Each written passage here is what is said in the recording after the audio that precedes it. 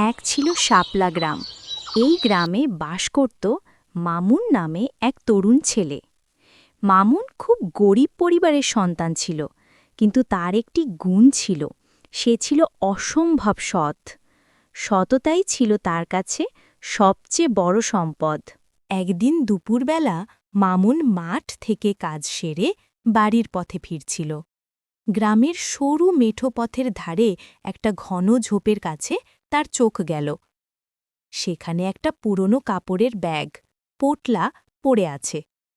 কৌতূহলী হয়ে মামুন ব্যাগটা হাতে নিল। ব্যাগটা বেশ ভারী। সে খুলে দেখল ভেতরে গোছানো আছে অনেকগুলো টাকা। মামুন টাকাগুলো দেখে একটু থমকে গেল।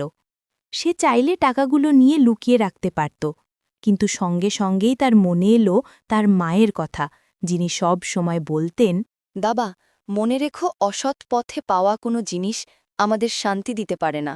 টাকা হাতে নিয়ে মামুন যখন দ্বিধায় ভুগছে, ঠিক তখনই সে শুনতে পেল দূরে কারোর কান্নার আওয়াজ।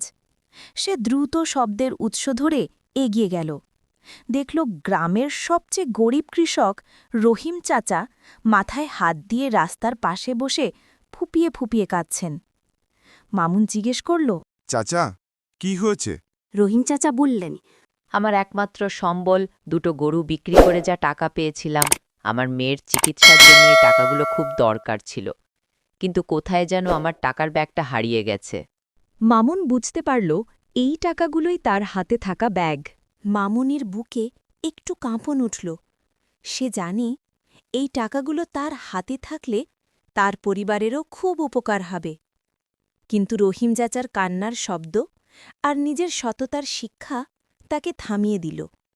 মামুন এক মুহূর্তও দেরি না করে তার হাতের ব্যাগটি রহিম চাচার দিকে বাড়িয়ে দিল। সে বলল, চাচা, এই নিন আপনার টাকার ব্যাগ। এটা আমি ঝোপের পাশে পড়ে থাকতে দেখেছিলাম। রহিম চাচা প্রথমে অবিশ্বাস করতে পারলেন না। তিনি দ্রুত ব্যাগ খুলে টাকা গুনে দেখলেন, একটি টাকাও কম নেই। তিনি বিস্ময়ে এবং আনন্দে আত্মহারা হয়ে গেলেন। রহিম চাচা খুশিতে চোখ মুছতে মুছতে মামুনকে জড়িয়ে ধরলেন। তিনি ব্যাগ থেকে অনেক টাকা বের করে মামুনকে পুরস্কার দিতে চাইলেন, কিন্তু মামুন মাথা নেড়ে বলল, না চাচা, আপনার উপকারের জন্য আমি কোনো পুরস্কার নেব না। আপনার খুশিটাই আমার আসল পুরস্কার। অনেক জোরাজোরির পর মামুন কেবল ৫ টাকা নিল তার আশীর্বাদ হিসেবে। এই ঘটনা দ্রুত পুরো গ্রামে ছড়িয়ে পড়ল। গ্রামের মোড়ল সগাইকে ডেকে বললেন, মামুনের সততা আজ আমাদের গ্রামের সবচেয়ে বড় ধন। মামুন প্রমাণ করেছে যে লোভের চেয়ে সম্মান অনেক বড়। মামুন সেদিন সামান্য গরিব থাকলেও তার সততার আলয় সে পুরো গ্রামের মধ্যে সবচেয়ে ধনী এবং সম্মানিত মানুষ হয়ে উঠল। তো বন্ধুরা, এর দ্বারা আমরা কি শিখতে পারলাম? তুমি যতই দরিদ্র হও না কেন বা যত বড়লোকই হও না কেন, যদি তোমার মধ্যে সততা থাকে, তাহলে তুমি আসল মানুষ। কেননা সততা হলো আমাদের আসল সম্পদ।